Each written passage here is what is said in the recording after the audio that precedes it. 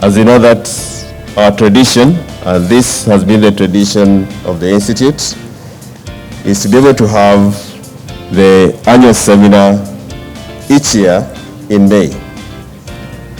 But uniquely this year, we are holding it in the month of November. We are coming through with a pandemic that has compelled us to change, and we changed this seemingly overnight, and virtually that has changed our lives and our livelihoods. The pandemic has also created some unprecedented set of social, economic, and financial market challenges that we must now be able to navigate.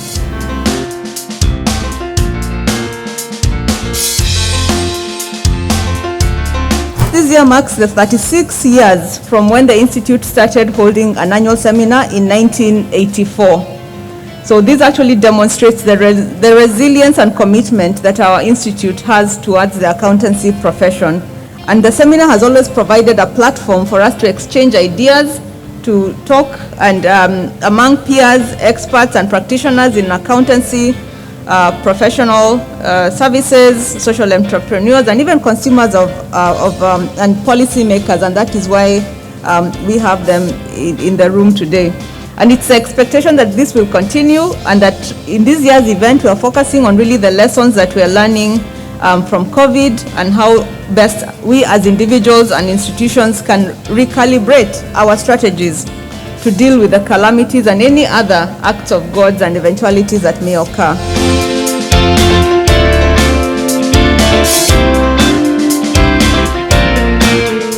The pandemic has now eclipsed our common human heritage, and its negative impact is likely to affect socio-economic foundation for decades to come. As the pandemic forces the world to recalibrate its modus operandi, we must take cue to ensure that we continue to offer professional services in this new environment. This calibration has been made possible through technological adoption. In this respect, technology has been the only constant change during the pandemic period, with most organizations adapting the new way of business practice. I take this opportunity to challenge you, accountants, to continuously transform yourselves to suit the new demands of the society and industry. The industry expects strategic professionals who do not only think beyond operational tasks, but also get immersed in the strategic outlook of the organizations they serve as accountants. Accountants must constantly reinvent themselves to remain relevant in a do or die manner. It has been very difficult for counties to maintain that ratio of 30 to 70 in view of what we inherited from the then local authorities. We inherited staff from the local authorities who are very highly paid. You will find that a driver then under the local authority was earning 100,000 Kenya shillings. When a driver that we are now employing earns 25,000 shillings. That is a big difference. But it was difficult to reduce the salary or to retrench this particular person. So progressively, some of these people who have been earning very high salary have now gone out through normal attrition. Some have retired, but some are still there. So last year, only 5 counties were able to meet that ratio of 30 to 70.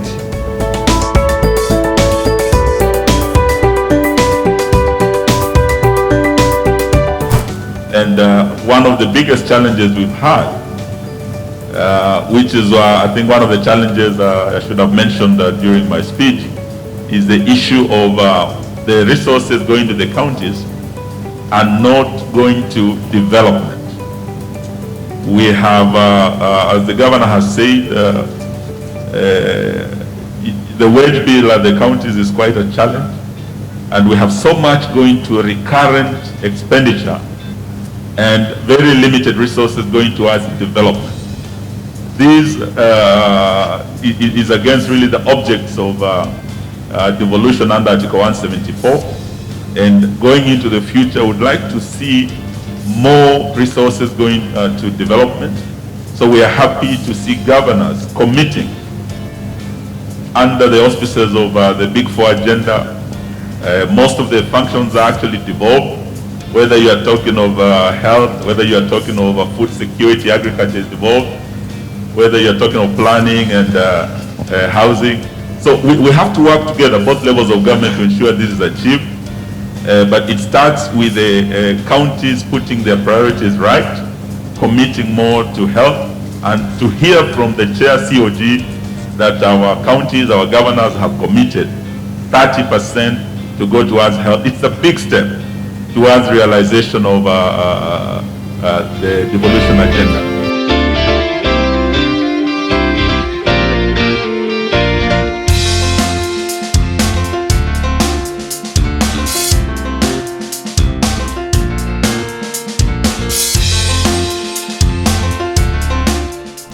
We all know currently there are several governors who are facing corruption charges. They have been taken to court pursuant to evidence that has been uncovered by the Senate. We also know of various investigations in our various county governments. They are being carried out by various investigative agencies pursuant to evidence uncovered by the Senate. And therefore, in terms of making laws, in terms of oversight, the Senate and the National Assembly, I think they have done a good job. Of course, I agree, there is room for improvement. And personally, from where I sit, I'll be expecting that we put more measures towards tackling the problem of COVID-19. We send more monies to the counties to deal with matters health. And so therefore, I agree, we do have a room for improvement. But so far, we have done the best of our ability.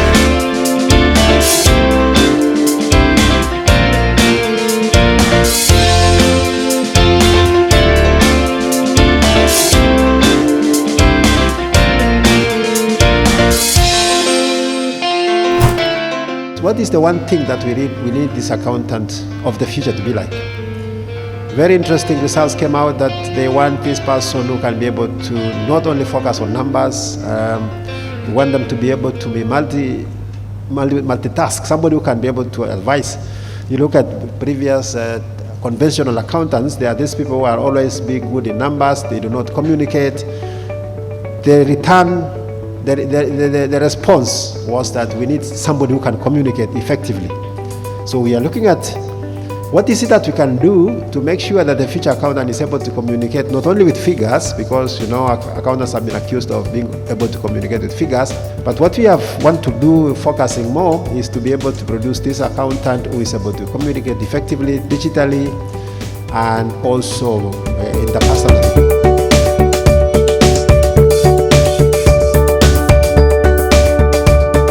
I also want to talk to the audit software which was launched last year, and I think it could not be more timely than that, because with this COVID era, I think and the need to do our audits remotely, I think audits, the ISPAC audit software is again preparing the SMP to actually be able to carry out those services. I think I talked earlier about the mutual recognition agreements which the Institute has has signed with South Africa, Australia, and the UK.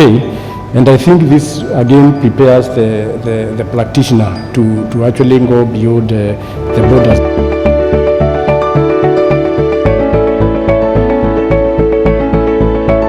One of the most important things under leadership is that we need to realize that behavior and culture are more important than the process. So the process is good, it doesn't mean it's not important, but the internal behaviors are actually the more important aspect. Then there's the involvement, there's learning, there's accountability, and there's communication. So those are the 5 aspects that IRM indicates in terms of how to build the appropriate culture. But under each of these, one of the things I just want to mention in 1 minute is that, you're supposed to lead by example. Under risk, you lead by example. Leaders have to lead by example and not by exhortation. So, encouraging the right approaches should help you percolate risk within the organization.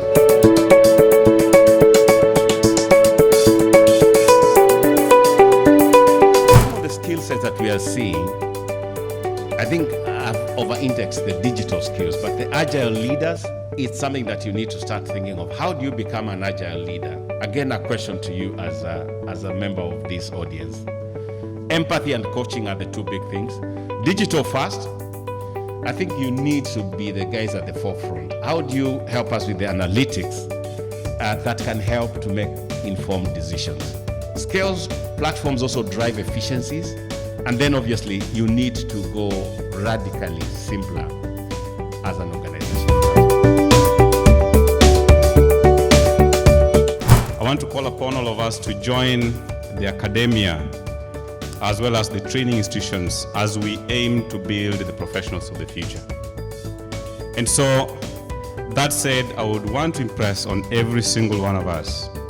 If you see a student in high school, in a college, in the universities, may you be that force for good to take someone and mentor them, because those are the people who we are anchoring all our hopes on for the achievement of Agenda 2063.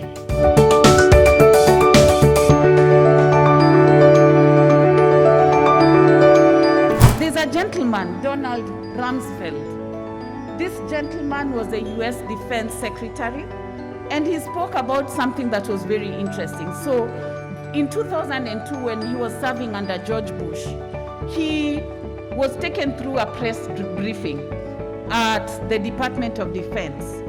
And one of the questions that the media asked him was, how is it that you cannot prove that Iraq was involved in supporting terrorism organizations? And Donald had a very smart answer to them. They could not find evidence, but what he said, look, there are no knowns, there are things we know. We also know there are known unknowns. That is to say, there are some things we do not know. But there are also unknown unknowns, the ones we do not know, we do not know. Now, why is this phrase interesting? It answers many questions. It answers questions about the pandemic. It answers questions about terrorism. It answers questions about those unknown things that none of you or I have actually scoped and put in our risk registers. Now, these are some of the tools that you could use as practitioners in identifying or mapping out these external risk issues that many times are ignored, yet are quite important, especially from the strategic level.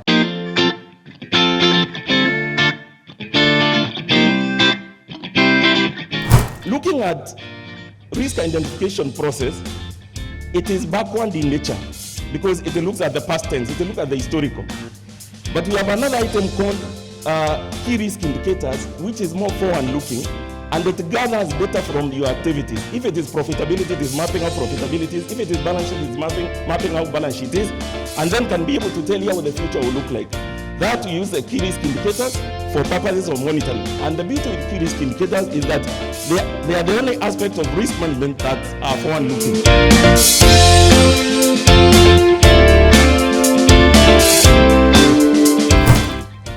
Move from just efficiency for the work of efficiency to innovation. Culture has to move from hierarchy competitiveness to more collaboration, growth, lifelong learning. I'll tell you, the most proficient and sustainable organizations are those that have cross collaboration. The worst are where you find people are fighting.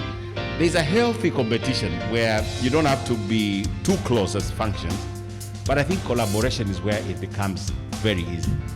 Talent has to go to skill. Just look for the right skill and you'll never go wrong.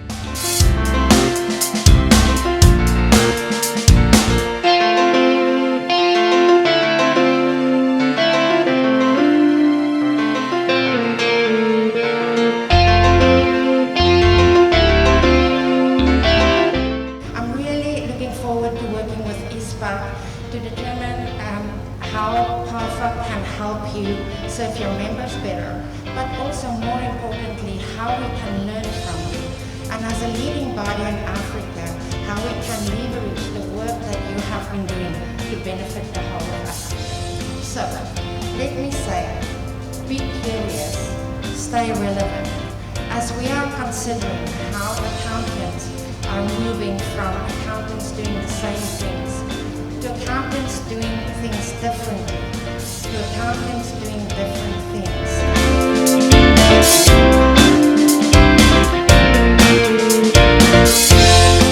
For me, the implications of a muted tone can be quite disastrous. And that the courage that I spoke about earlier, the onus is in all of us to actually raise our voices. And certainly, in this profession, our profession as accountants, it's important that we are courageous enough to raise the flag, the red flag, if we feel that the tone is muted. And if that then would result in a relook at the systems, processes, the charters, the structures, the responsibilities at all levels, that then should happen. But that we should not keep quiet about this. Now, again, as I said earlier, some of these things are easier said than done, but we have a responsibility and a duty here that we owe to society to make our voices heard.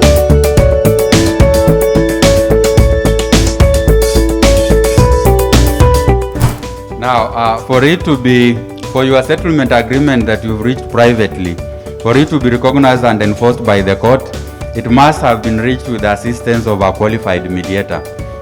So once you have trained and you don't want to be accredited, you don't want to be part of the court annexed mediation program, you can just apply to us to recognize you as a qualified mediator. That doesn't need a lot of things. It doesn't need registration fees. And once we recognize you, if you do present such a settlement agreement that meets the requirements under section rule number 39, then we will be able to recognize and enforce it. It must relate to a dispute that is not subject to a case that is pending in court. It must relate to a dispute that is capable of being resolved by mediation. It must not be illegal. It must be one that is capable of being enforced by the court. It must be reduced into writing. It must have resolved all the disputes, all the issues in the dispute, and it must indicate concisely the nature of the dispute, the issues involved, and the agreement that has been reached.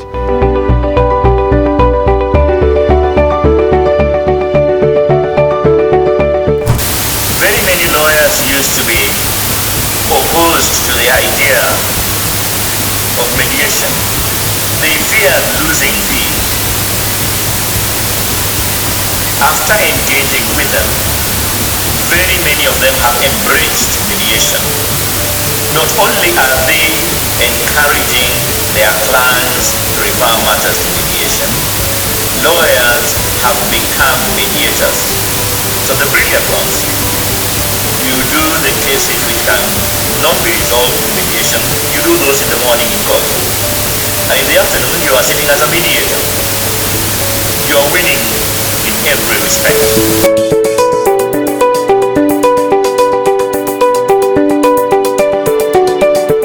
This and now and never before, we have the opportunity to lead organizations and our own economy to navigate through this pandemic because we are the experts. that should be able to drive that. So let's be able to seize the opportunity and be able to be counted past the pandemic.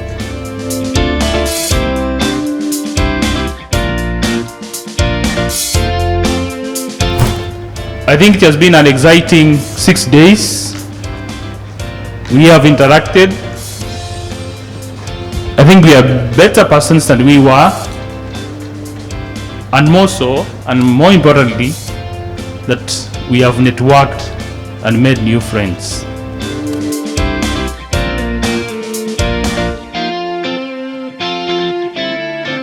Perhaps what they call an expense training, and that in a lot of P&Ls is marked as an expense. Shifting the mindset to say that perhaps that becomes an investment.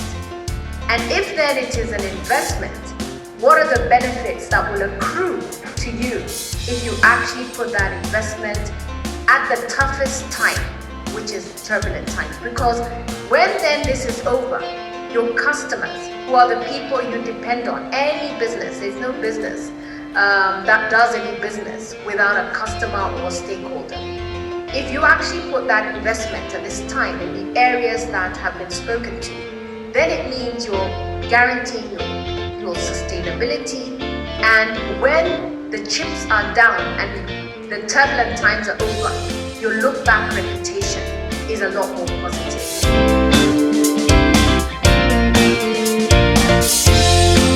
I think if you recognize, we had our chief guest as a Council of Governor, and I can say at devolution tumefikisha ISPAC mashinani. I think most importantly, the brand is at the county levels. I know we have so many people representing the counties who are present this morning. And for us, I think what is important is that the governors across the country has recognized that accountants influence decisions, and accountants are players in this country and in making policies across the country. And therefore, I think as devolution, we are so happy and so excited that we have been able to do that.